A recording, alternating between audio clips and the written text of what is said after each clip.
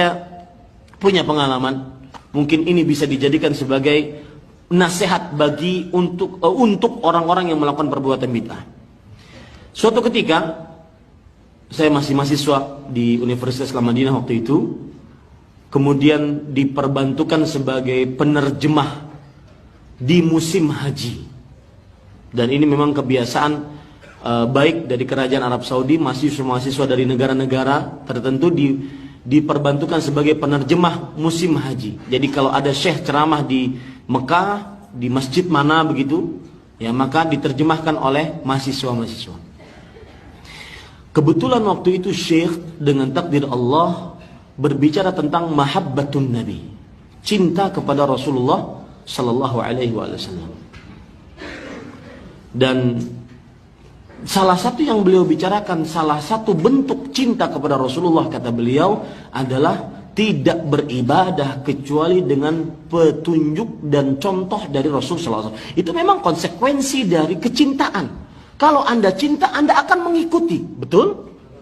Kalau tidak cinta, Anda akan menyimpang. Itu konsekuensi dari cinta. Makanya beliau berbicara konsekuensi orang yang cinta adalah mengikuti Rasulullah SAW dalam syariatnya dan menjauhi perbuatan yang mengada-ngada. Mulai saat itu jamaah mulai panas, jamaah Indonesia, ya. Salah satu perbuatan bid'ah adalah, kata beliau, yang melakukan perbuatan bid'ah adalah memperingati hari kelahiran Rasulullah SAW. Memperingati hari kelahiran Rasulullah SAW. Kemudian langsung angkat suara seseorang, "Syekh, saya nanya," pakai bahasa Arab yang terbata-bata, beliau bertanya, "Apa dalilnya dilarang untuk memperingati hari kelahiran Rasulullah SAW? Itu kan mendatangkan kebaikan, kecintaan, ada silaturahim, ada membaca sejarah Rasulullah SAW, banyak kebaikan di sana." Maka Syekh dengan tenangnya mengatakan, "Tenang, coba ambilkan jus dulu untuk bapak ini." Habis itu Syekh bertanya, "Bapak, sebelum saya jawab, saya ingin bertanya dulu kepada Bapak. Apakah memperingati hari kelahiran beliau Bapak anggap baik atau buruk?" Maka dengan tegas mengatakan, "Ya baiklah. Kalau nggak baik, mana saya mau memperingatinya?" Baik, selesai. Kalau Bapak anggap itu baik, maka saya bertanya lagi. Apakah kebaikan itu diketahui oleh Rasulullah? Orang tersebut kemudian jawabannya, kata Syekh, "Saya cuma butuh jawaban iya atau tidak. Ya, apakah Rasulullah Sallallahu Alaihi Wasallam mengetahui kebaikan tersebut? Iya mengetahui atau tidak mengetahui? Saya butuh jawaban itu saja, iya atau tidak." Orang tersebut jawabannya sudah kesana kemari, "Tapi Syekh, ini adalah kebaikan, ini adalah mahabbah Rasul, ini adalah silaturahim dan sebagainya." Saya cuma nanya dua, Pak. Bapak jawabnya cuma pakai, saya yang menerjemahkan, gemetar, Pak, waktu itu. Ya, kata Syekh, saya cuma ingin jawaban dua, iya atau tidak, pilih salah satunya. Pertanyaannya apa? Kebaikan, bahwasanya Rasulullah memperingati hari kelahiran Rasul Sallallahu Alaihi Wasallam itu adalah sebuah kebaikan. Nah, kebaikan ini diketahui oleh Rasulullah atau tidak diketahui? Maka kalau dia pertama kali menjawab diketahui oleh Rasulullah SAW, kata Syekh, "Astaghfirullah, a'udzubillahi minasyaitonirrajim, astaghfirullah." Beliau kemudian bergetar. Kata Syekh, "Bapak takutlah kepada Allah. Ketika Bapak mengatakan kebaikan itu diketahui oleh Rasulullah Sallallahu Alaihi Wasallam, berarti secara tidak langsung Bapak sudah menuduh Rasul Sallallahu Alaihi Wasallam menyembunyikan kebaikan tersebut dari umatnya. Buktinya apa? Sampai Rasulullah Sallallahu Alaihi Wasallam meninggal, beliau tidak pernah mensyariatkan itu kepada umatnya."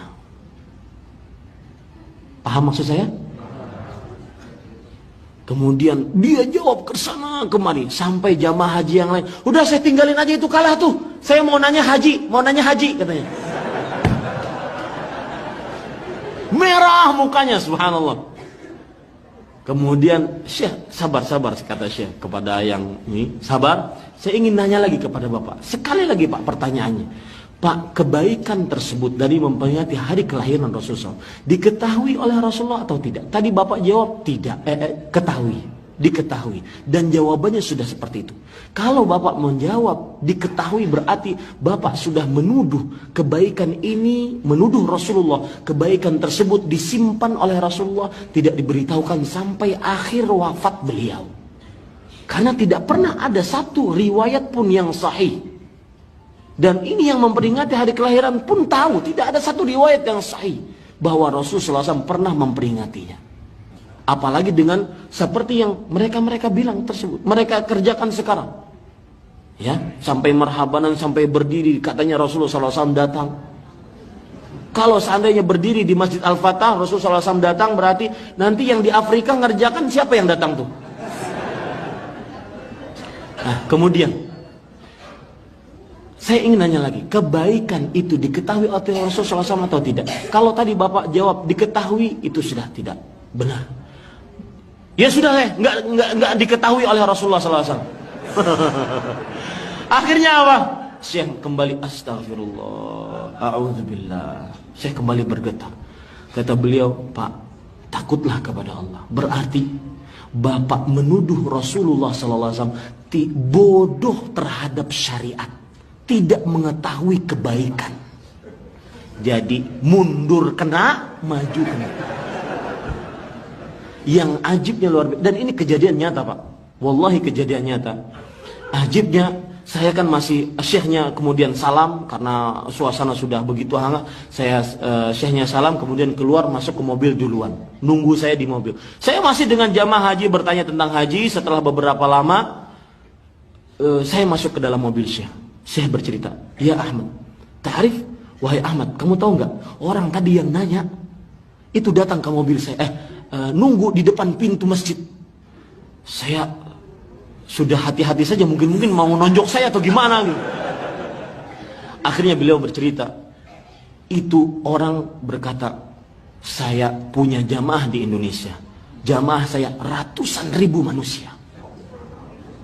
Dan saya bertobat atas semua yang saya lakukan. Kemudian beliau memeluk syekh, kemudian selesailah pertemuan tersebut. Alhamdulillahi Rabbil